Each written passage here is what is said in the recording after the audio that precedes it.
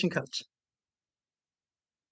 Hello, and welcome to the Storied Human. I'm Lynn Thompson, and today I have my guest, Greg Lawrence. He's a psychedelic integration coach. We're going to hear a lot more about what that means and why it's so important. I'm really happy to welcome you today, Greg. Well, thanks for having me. I appreciate it. So, I read a little bit about what you do, and I'd love to know how you got into this kind of new field. How did you work your way to the point where now you're helping people with their psychedelic experiences and training other people to do integration? Well, I wasn't planning on it. Let me see, how People do I rarely start? are. Yeah. In my late teens, through about my late 20s, I took psychedelics along with just about anything else I could put in my body to alter my consciousness. And unfortunately, in my late 20s, I got mixed up with hard drugs and I became an addict. And my life spiraled out of control pretty quickly. I was pretty much at the bottom of the barrel. I managed to get pulled out of my physical environment. I moved to a different area. I cut ties with everybody I knew. I managed to get clean, and I stopped using all substances except for cannabis, which I had used for about 20 years. And I, pretty much just lived a suburban life. I got married, had a family, started a business, and then 10 years ago, I had a real something that turned my life upside down. And in the middle of all that, I realized that I had a lot of childhood trauma, which is, of course, where the addiction came from. Yeah.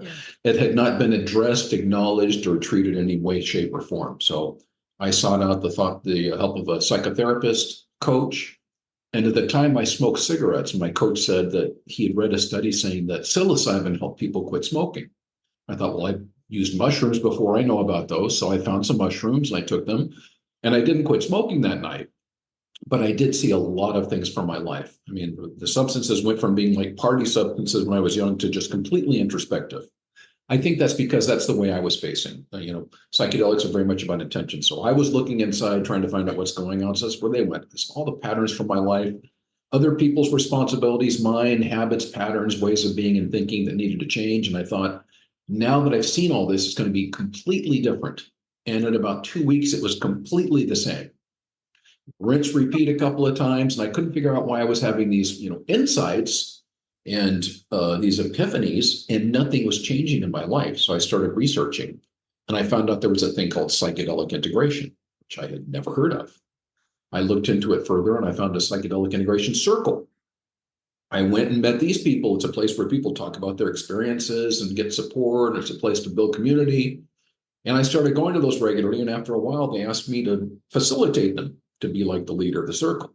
And people would come to me and ask for advice. And it seemed to be something that worked very well. And after a while, I thought, well, I should probably know more about this. And I became certified as a coach and as a psychedelic integration coach. And then people wanted coaching. And I was running my own small business. And I kept getting this coaching work and kind of saying, I don't have time for this because I have a job. And pretty soon it got to be so much that I just thought, that could be my job. And, That's so cool. my Yeah. business was something that did very well for me, but it wasn't something that, I was charged about in the morning when I got up. This is completely different. So for the last nearly 4 years now, I've been a full-time coach. And about half the work I do is psychedelic integration coaching, and half the work is just like standard, what you call life coaching. Mhm. But I'm doing That's this to answer your question because it's something that helped me a lot. It was the final piece of the puzzle that helped me put things together, because when I started taking the insights from the journeys that I had been on and implementing them into my daily life through certain practices, things did start changing in my life. that's a great story. I love that. I love the whole evolution of it and how you ended up having so many demands for the coaching that you had to face, like, this is my this is going to be my job. Right. That's so cool. And I hear in your voice how gratifying it is to help other people.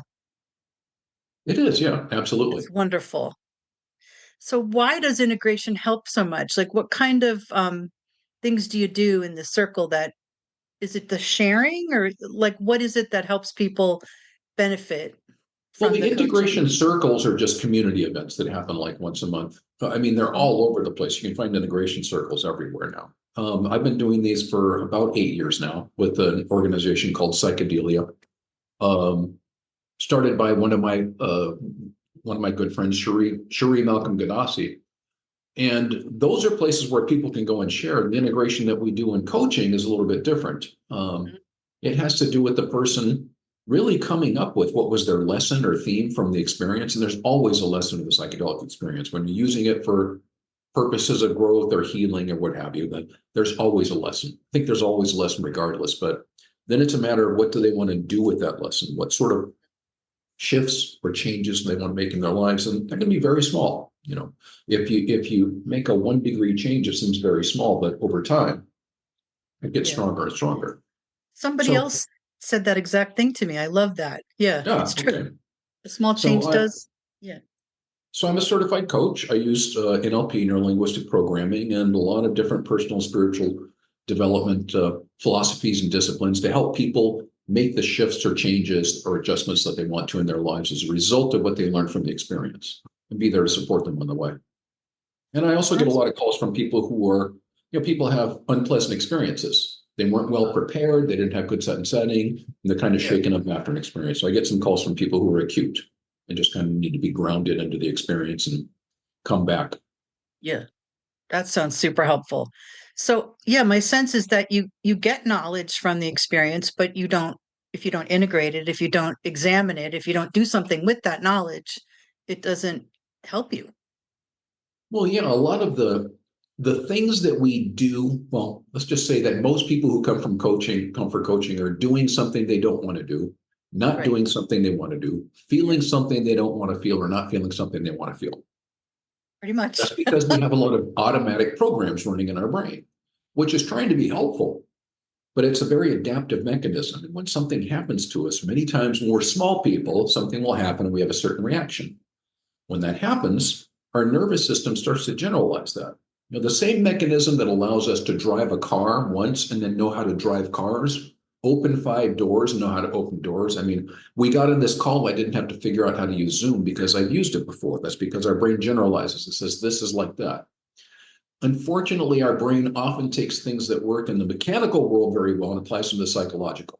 And generalization can be helpful, but it's also something that says, you know what? That thing, I don't like that thing. It gives me a bad feeling. And that thing is kind of like that. And that thing's kind of Uh, like that. And that uh, thing's kind of like that. And before you know it, the sound of someone's voice, the look on their face, a certain action, and you're set off. When that happens, it's an unconscious reaction. Our yeah, unconscious mind acts a half a second before our conscious mind. So when something happens and you're triggered, and all of a sudden you don't like the way you feel, or you don't like something you did or said, it's not a failing on your part, it's an unconscious response that yeah, came out to protect you.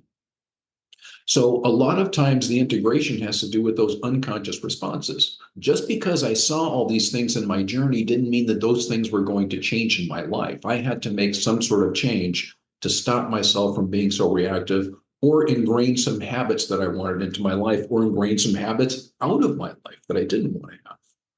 So our ego is perfectly happy to say, yep, I've got that all figured out. And then everything goes back on automatic pilot. And that's one reason that mindfulness is a very big aspect of integration. I don't subscribe to the notion of higher consciousness. I think that you can expand your consciousness. I'm not very big on hierarchies. I use the word big still. yeah, that's good. But I think that what you can do is be more conscious. And as I said, Right. when we have an unconscious reaction, that's just what it is. It's unconscious. I'm Yeah, not here in that moment. And then if I'm upset about something that really has nothing to do with what's going on in front of me, but it's really being influenced by something in the past, yeah, when I'm doing that, I'm not here. So yeah, I'm not in that's the real world in that moment. I'm in my brain somewhere and I'm imagining things that aren't true. So to me, part of this path is trying to get away from those unconscious responses and be more conscious, to be here now more. yeah, that sounds wonderful. Like for all of us, we could do that more, Sure. but especially helpful It's if you're trying to something I'm still understand working on all the time. exactly. Me too.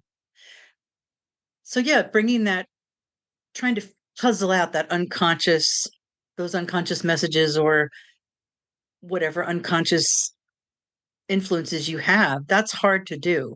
And so I would imagine coaching really does help people because we're so not aware of of why we respond the way we do sometimes. Well, yeah, and those things are fused together at the level of the nervous system. So when that thing happens and I have that bad reaction, they're instantly hooked together.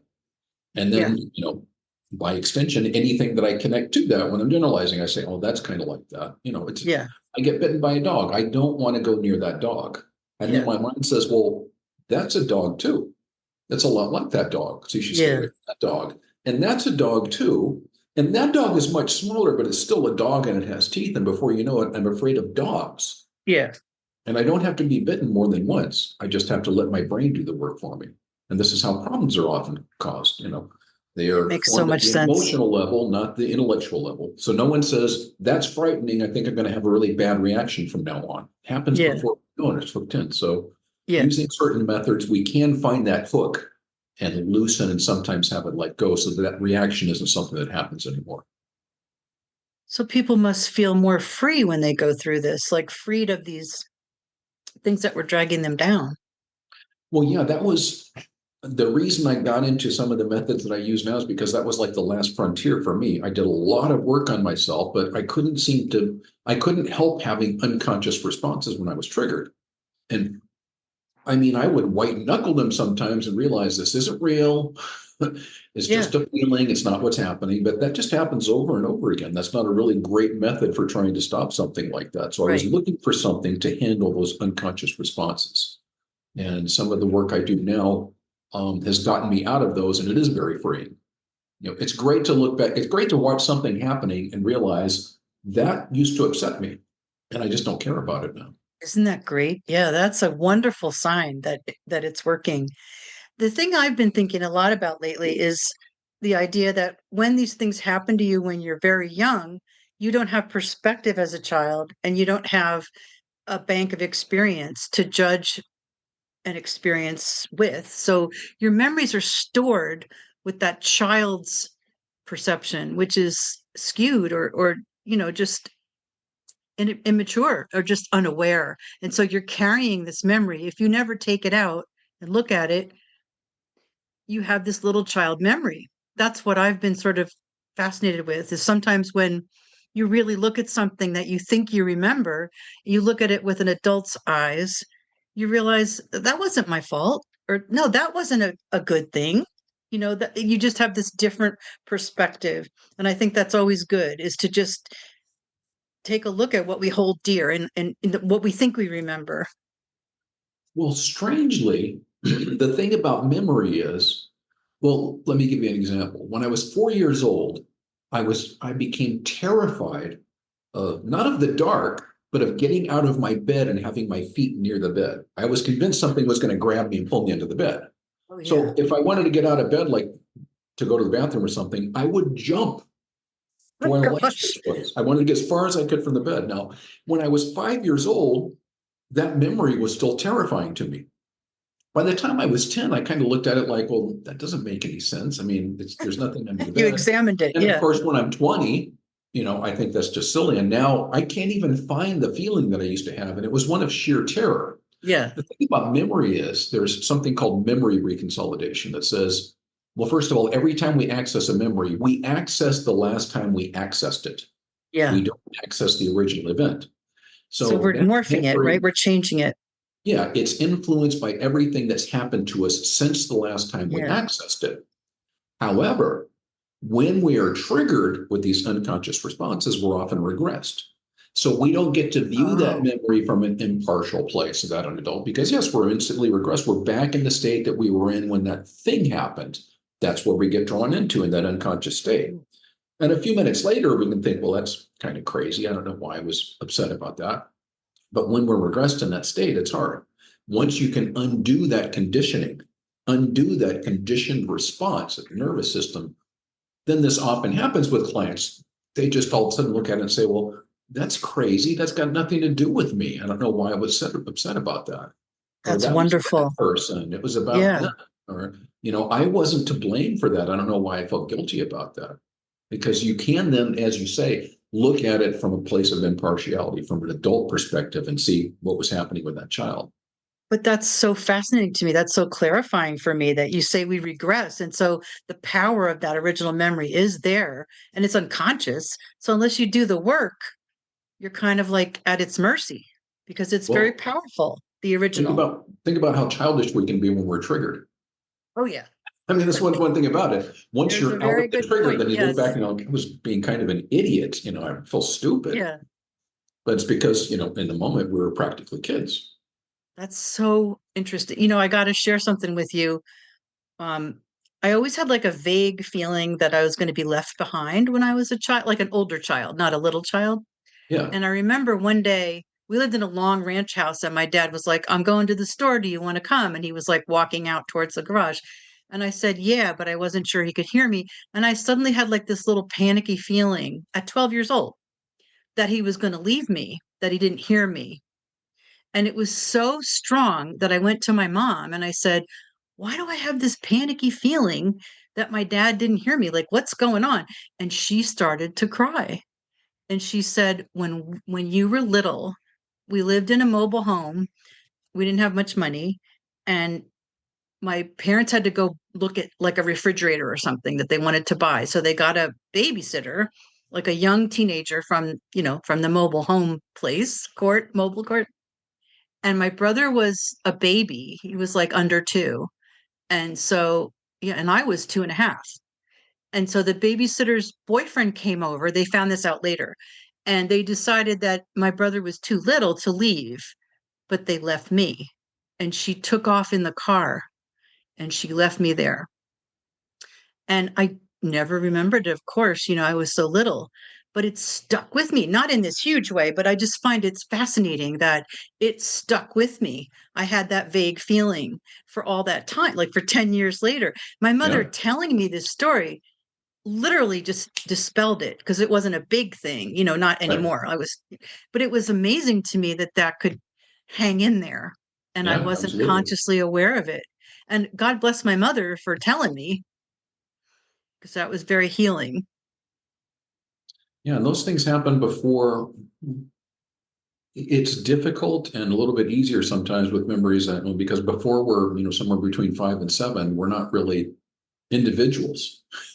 Yeah. We're, we haven't formed as people and don't see ourselves as separate from other people. So a lot of the things that we grow to like and dislike and be scared of and not scared of and all those things come from other people during that time. Yes. Yeah.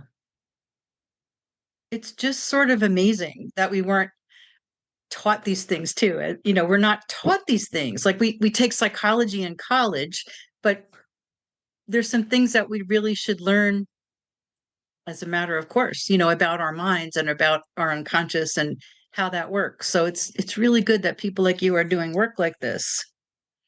Well, I like to, there's definitely a large influence of neuroscience in the work that I do. It helps to know what's going on. I've always had, my curiosity was always what's happening in here between the time something happens and I react. Yeah. This is like a black box. I had no idea what was going on after Yeah. learning, after learning NLP, I learned what that is. So that was very helpful. Yeah. I just noticed more and more there's like brain backed solutions for people and mindfulness. It's not just woo woo. There's like a science. People are integrating neuroscience with um, to sort of prove that meditation and mindfulness and practices really do help you. Like they can prove it. And so there's more of a respect, I think, especially for NLP. I think people get it, that it's super helpful. And yeah, our brains are not simple. No, not at all.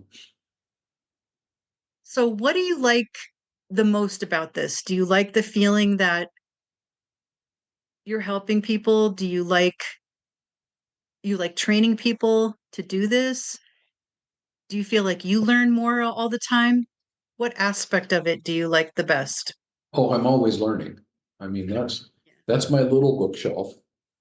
Uh, there's a bigger one somewhere, and then there's a pile of books, like to be read constantly. So I'm always learning. I love learning about the human mind and about That's how wonderful. people Yeah. tick. And I do like helping people. Yeah. I spent a long time in therapy and coaching and using other modalities, not knowing certain things, not being able to get at certain things. And I wish I could have found somebody who knew this kind of work during that time, but I guess there's a lesson. There's a reason I didn't. I believe that. Yeah. But yes, and I enjoy teaching. I'm a teacher in a few different, there are places now that are certifying psychedelic integration coaches. And I've been faculty and guest faculty on some of those because I love teaching people because I like the fact that might be helping other people. Yeah. And I like how you're like you just enjoy being in that world and continually learning. And that's so good for everybody that you teach and yourself. And I have fun doing it. Yeah. I love working with my clients. I have a lot of fun. It's just wonderful to be able to say that you love your work. That's a blessing. Yeah. I spent many years in a job that was rewarding, but not exciting. Yeah. That's the difference. You're excited to wake up and do what you do. You look forward to it. Absolutely. Yeah. That's wonderful because I just feel like if we all find what we're supposed to do, or maybe there's not one thing, but we find something that is beyond rewarding, then we give more to the world. I just feel like, you come here with certain gifts, and if you can use them, that's the way it should be. Because otherwise you're wasting them, right? One of my teachers once said, a gift is not yours to keep. Yep. So true. So true. Now, I did want to ask one question. We do hear about people having sessions with psychedelics, and they recommend having someone there with you. Is that something that you recommend? Well, people often come to me to ask me, there are a lot of people who come asking for information because they don't know anything about psychedelics. Right. And there are a few things I tell those people. One is that psychedelics are not for everyone, in some of the clinical trials. So make no mistake, psychedelics has helped me in tremendous ways. And I think they're transformational tools and things that are beyond our understanding, and they have a tremendous potential to help people. But when you go into the clinical trials, the government sanctioned clinical trials, one of the things they'll say to people is you